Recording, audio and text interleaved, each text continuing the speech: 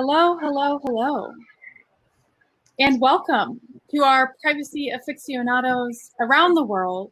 Wherever you are, good morning, good afternoon, or good evening. We are so excited to have you today. And we are just simply enthusiastic about the topic of today's panel, which is privacy and security, a cross-functional effort at any organization, including our own, Patreon. First, I would like to give a little bit of context about the company that my colleagues and I work at. At Patreon, we are united by one common goal, which is getting creators paid. So Patreon is a global membership platform that connects creators directly with their fans. This allows creators to have a reliable source of income, while fans are able to have an intimate relationship with their favorite creators. My colleagues from Patreon are here today to discuss how privacy and security play into this business model. So first, I'd like to go around and allow my colleagues to briefly introduce themselves.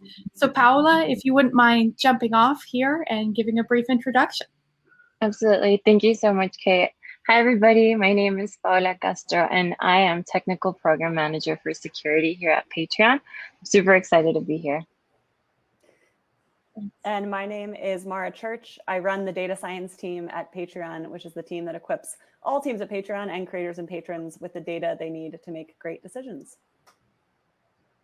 Hey everyone, I'm Priya Sanger and I'm the Deputy Legal Counsel at Patreon, and I'm a DPO for the company, which is a data privacy officer, as well as a payments, privacy, and product attorney. Excellent. And I am Kate Christensen. I'm a recently admitted attorney to the California State Bar and adjunct professor at GGU School of Law, where I lecture on all things privacy law in the United States. But now that we are well acquainted with our audience, I would like to turn to our questions of the day and really dig into the substantive issues of cross-functional privacy and security matters. But first, please note that the last 10 minutes of this presentation are dedicated to Q&A.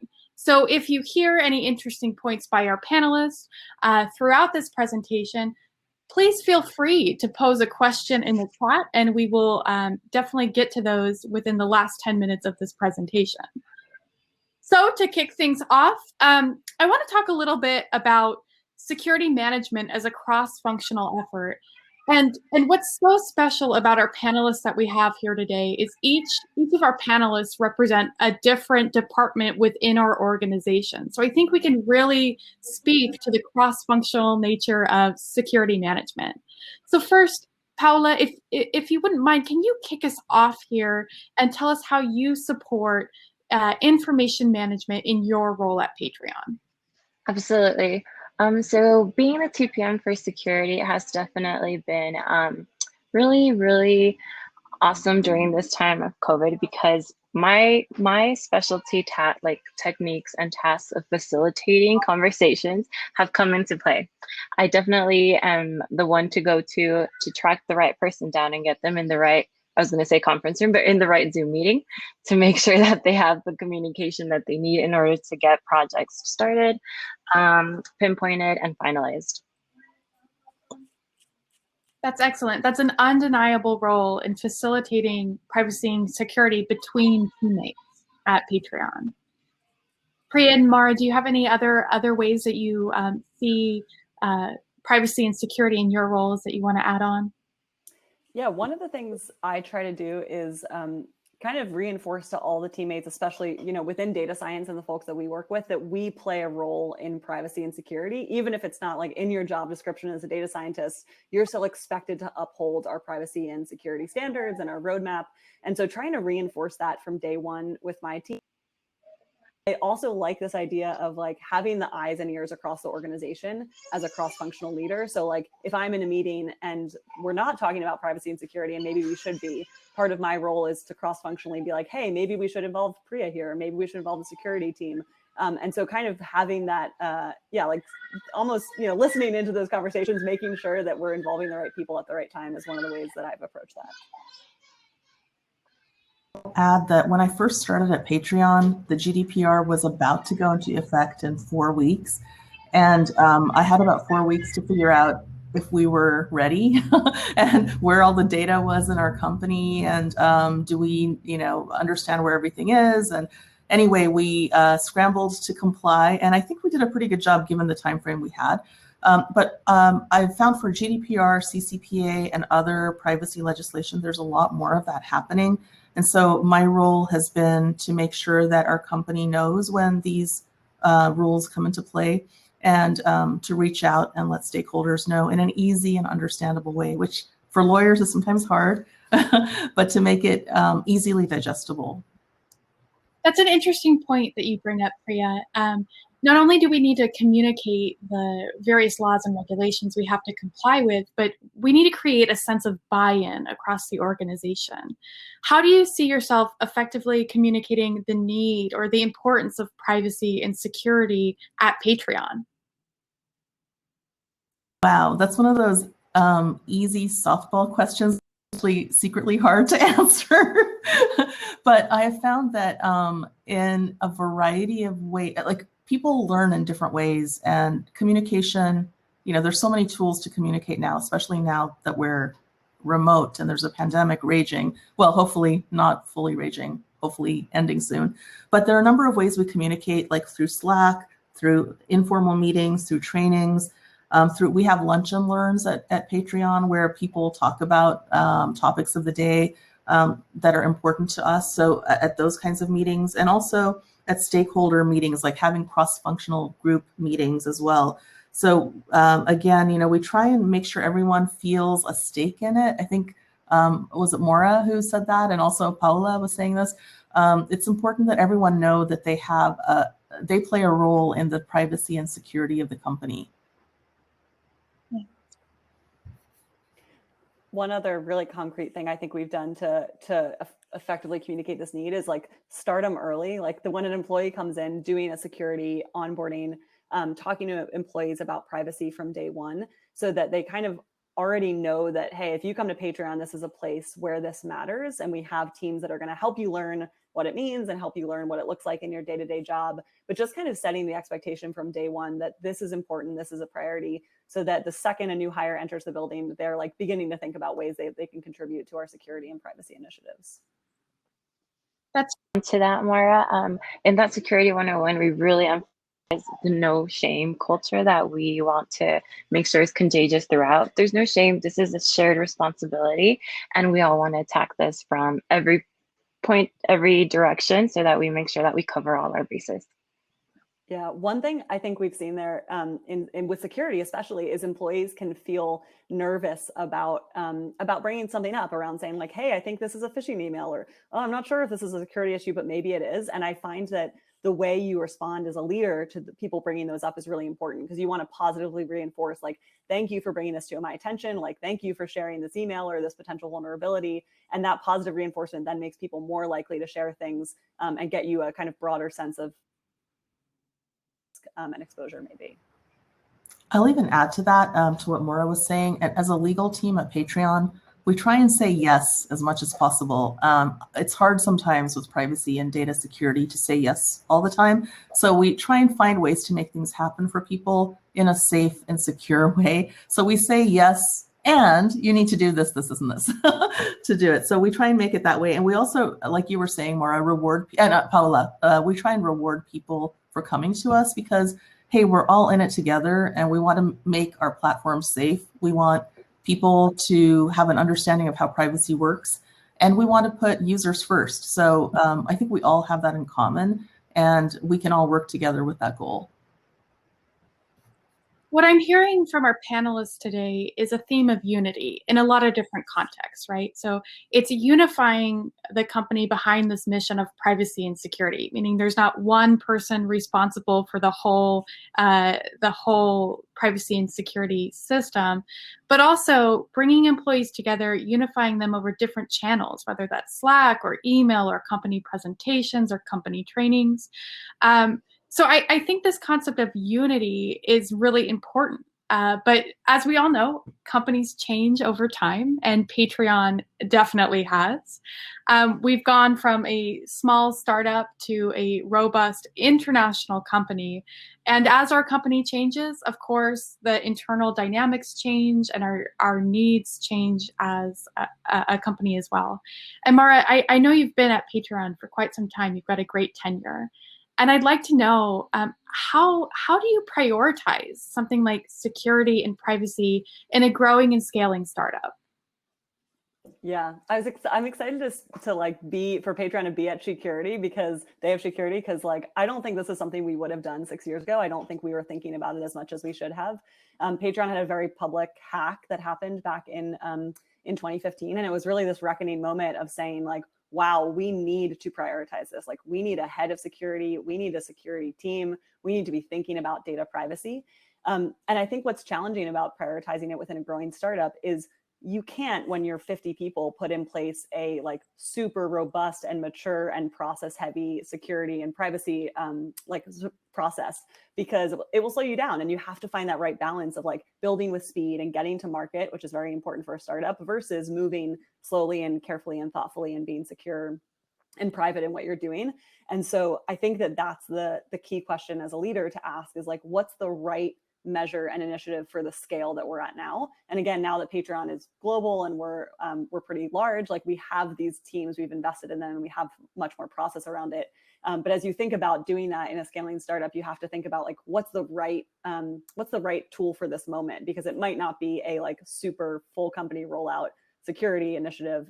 It might be just starting with kind of the low hanging fruit.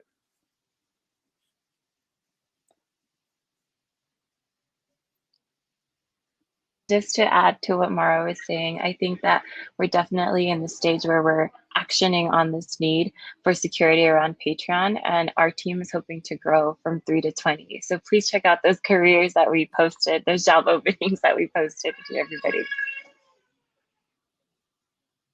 Yeah, privacy and security is definitely one of those themes at an organization that is constantly evolving, right? You know, at a smaller scale startup, it's going to feel different than a larger scale startup. So it's something we always kind of have to keep our thumb on, or always be doing a temperature check there on how we're prioritizing. And I think, you know, it can be easy to think like, hey, you know, we really prioritize this in H2 of 2020, so it's done, it's over. But that's never the case, right? And I think all of our panelists have agreed to that. It's an ever-evolving concept that needs constant thought and attention. And along those same lines, as we're building out the technical or the compliance-oriented pieces of our privacy and security management at a company, I think it's also important to take a step back and make sure that that technical program we're building is still an inclusive environment, right? We want to make sure that we're building a culture of belonging. Priya, can you walk us through your thoughts on that, on building an inclusive privacy and security management system? Sure, I'd be happy to. It's something I feel really strongly about. Patreon has a very strong culture of belonging. And part of that is we actually, every week, at least on the legal team, we are really honest and talk about our mistakes that we make, like things we've done that didn't go so well, things we did that were really bad. And we hold ourselves accountable to those things, and we share it so that people can learn who are on our teams.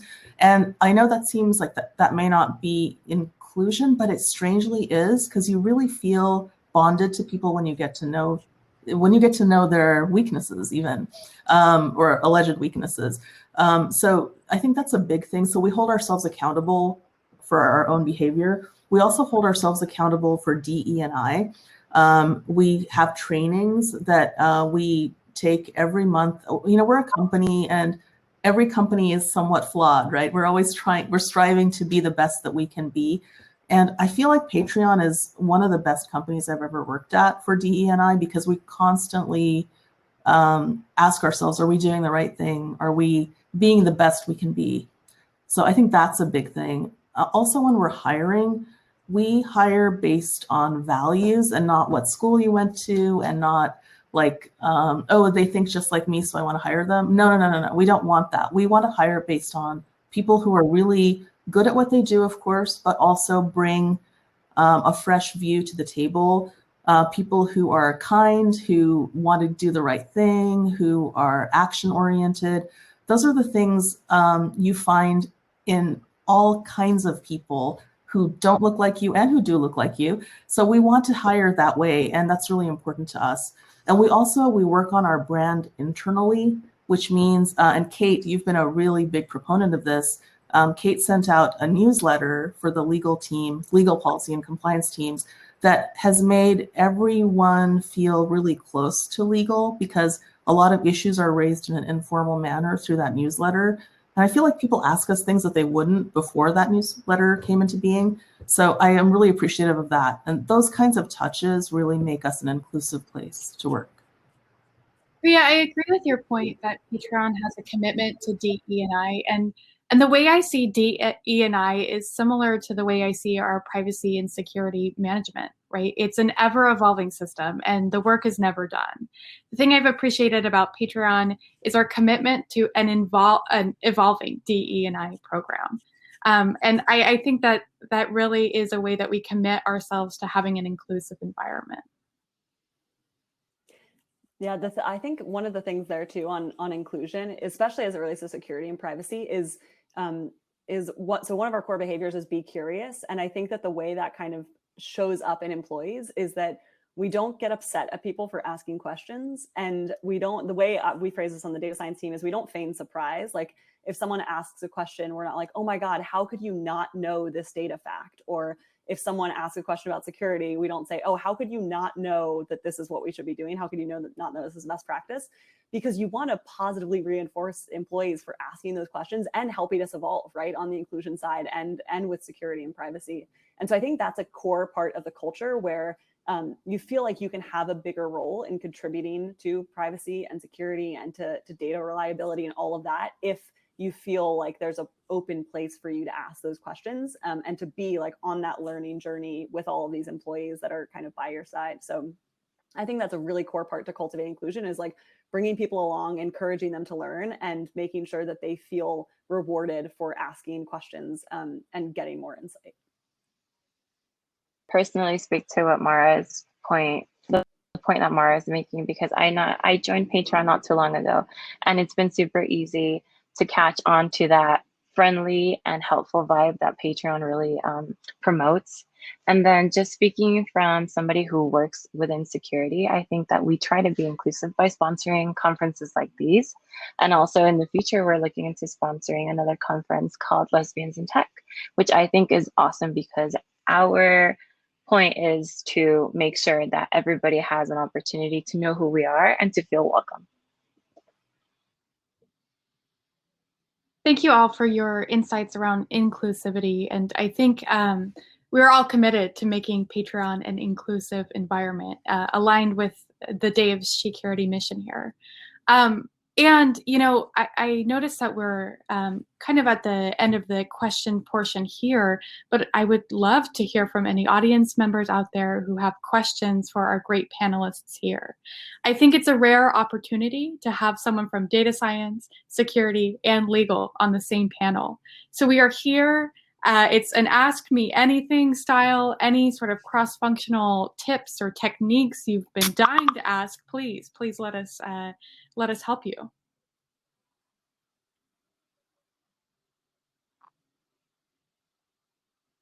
While we're waiting for that, can I ask a question of my fellow panelists? Please. I'm curious. I think both legal and security are areas where it's like better to be involved early than later, and where it's like kind of good to be early on in the process and to help in the building. And I'm curious how each of your functions approaches that and make sure that you're there at the beginning rather than like coming in with the bad news at the end of how something needs to be changed. Well, Mara, in my opinion, like most things in life, everything starts with sharing lunch, right? When we were in the office, one of the most effective ways, in my opinion, to have your have your mindset around these different projects going on in the business is to just have conversations with people at your workplace. It can be really tempting to become really siloed in your own work and to become really segregated in your line in the business, especially, you know, a team like legal. But if you're out there having conversations, you're going to hear things, and you're going to hear of new ideas and new projects and new initiatives over lunch. And you can get yourself involved and make sure that you're an early stakeholder in those important projects. And I think that creates a culture, you know, of not only appreciating the work that your colleagues are doing, but getting involved early. There's also something really great at Patreon called sprint demos. And I think through being invited and included in those kinds of things, it allows you to really have like a deeper insight as to what each team is working on, because they actually present it to the entire company as a demo. And once you're there, being from security, I can kind of take notes and be like, oh, I should ping that person and make sure that we're involved there. Hey, Kate, I think I see a question. It looks like we have a question from Tatiana. I hope I'm pronouncing that correctly. The question is this: any anecdotes about data-driven security, similar to data-driven software development? I definitely have a perspective on this. So we're trying to do more of this at Patreon, which is using data to understand where the highest impact places are for us to be working on security initiatives. And then also, I think a big way that we've done this in the past is to understand the impact of incidents or vulnerabilities. So a clear example of this is like Patreon is an open platform, and ATOs are can be a challenge for us, account takeovers. And so trying to understand if we've had an ATO incident, who are the affected users, and using data there and partnering between data science and security to do that. But then also kind of looking forward and saying, okay, if we're building out some additional strengthening our walls in certain places, like where are the highest leverage places for us to strengthen those walls, and how can we do that in a way that's driven by data? So we have kind of like a nascent partnership between the data science team, you know, whose focus is on machine learning and statistics, with the security team to understand some of those initiatives. But I think even like impact assessment with data can be a good way to think about data-driven security. And Paula, feel free to add anything to that as well. Covered it. I think you're right. Like we belong in this symbiosis environment where one can't work without the other, and we definitely do a good job of communicating that. Perfect. I think there's another question in the chat about being new to privacy. Do you see that, Kate? Perfect. Let's see. I think we have a question from Linda. I hope it's the one you're referring to, Priya. And Linda writes, I am in the process of designing a privacy program for my company. Do you have any recommendations of resources besides what's available from ISACA and ISC2? Oh, I'm sorry. Where is that question? I'm seeing a different question called I am new to privacy and coming from a legal background. So I may be looking at something completely different. So sorry. So I think Kate's in the stage tab at the top in the chat there. Ah, got it. Okay. Whoops.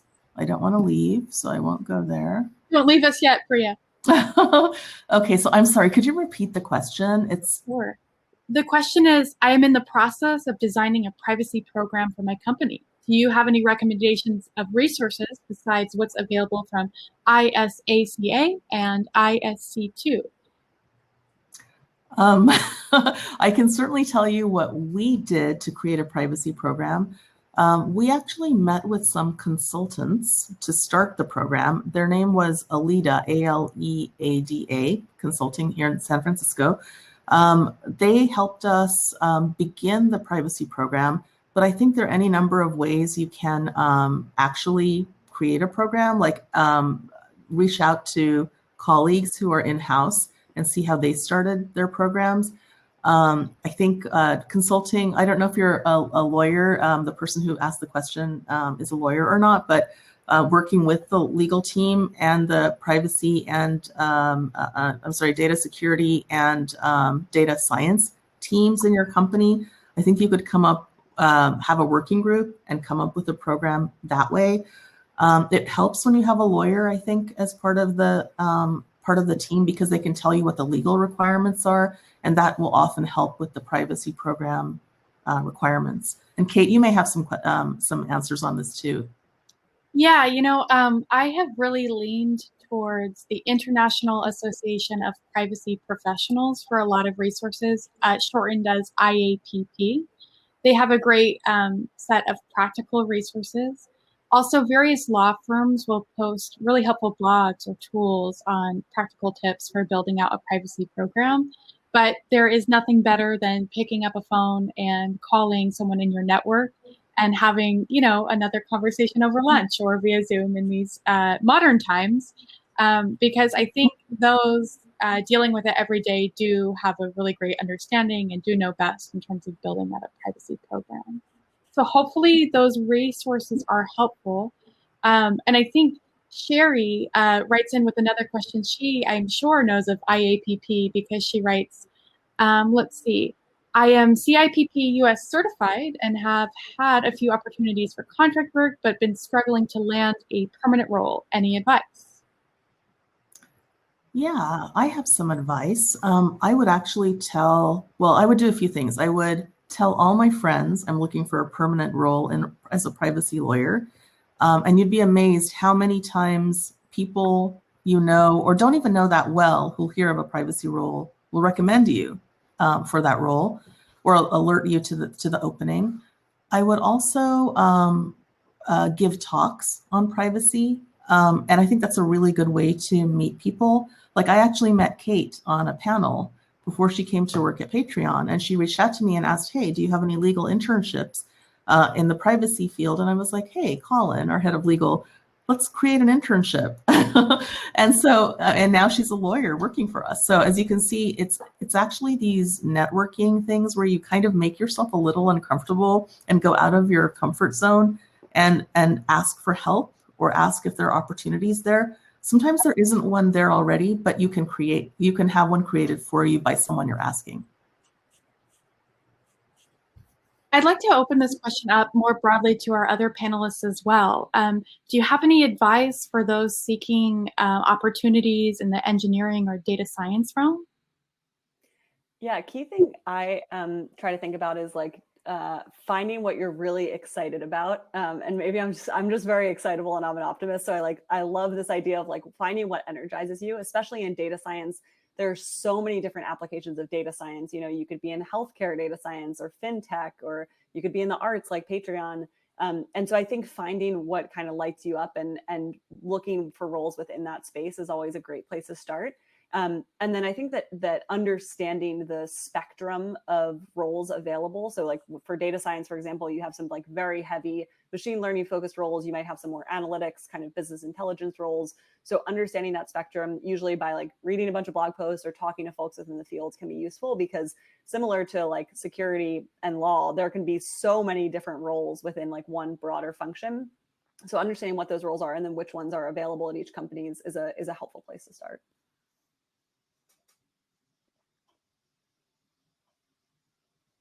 Perfect. Well, great. We have, I think, probably time for one more question. So I will take this one. So the audience wants to know, does Patreon provide Slack time or Slack days where employees can work on their own little projects with teams from different departments? And I am particularly compelled to take a first pass at this answer because I have received this question a lot. And there's different ways that we allow employees to work on their own passion projects, so to speak. But what I specifically want to call out about Patreon is we have a really great system of OKR planning, or planning out our goals for the next quarter, where the individual contributor is heavily involved in setting those own goals. So, while it's great for any company to offer some time for passion projects, what I particularly enjoy about Patreon is that I feel a great sense of autonomy or ownership over the goals that I set in the next quarter. So to be honest, I feel like 100% of my working, my projects are something that I'm interested and passionate about. But I'd love to hear from our other panelists as well. I think, yeah, that's right on. We do have company-wide hack days to the question. So we do have opportunities for these really fun kind of like 3-day sprints that are collaborative across the company. And you can either get involved if you want to, or if you want to stay heads down on some other stuff, you don't have to get involved. But they're great opportunities to work with folks from engineering and design and marketing and sales and kind of the whole spectrum of the company. And then I also think, to Kate's point, like, it's definitely, if you have an idea for something that you think is going to be impactful and get creators paid, we have a culture of surfacing that and saying like, hey, I think we should be doing Patreon Capital. We should be giving loans to creators, which is something Patreon now does, and making that a project and finding the way to resource that within the business. So I think that bottoms up culture is really an important part of what it's like to work at Patreon. To add that, a lot of the people who actually work with us, I have noticed that are actually creators themselves. So the third person point of view, like outsider insider kind of point of view, which really helps us fluff up our OKRs and make sure that we are hitting all aspects of the needs of our creators. Excellent. Well, I think we are just wrapped up and out of time. So a big thank you to all of our panelists. I will see you back at work. But to our audience members, thank you for your enthusiasm, your commitment to privacy and security. This field needs you. We are eager to have you. And we hope to cross paths in the near future. Thank you again, and we will see you soon. Bye. Thank you.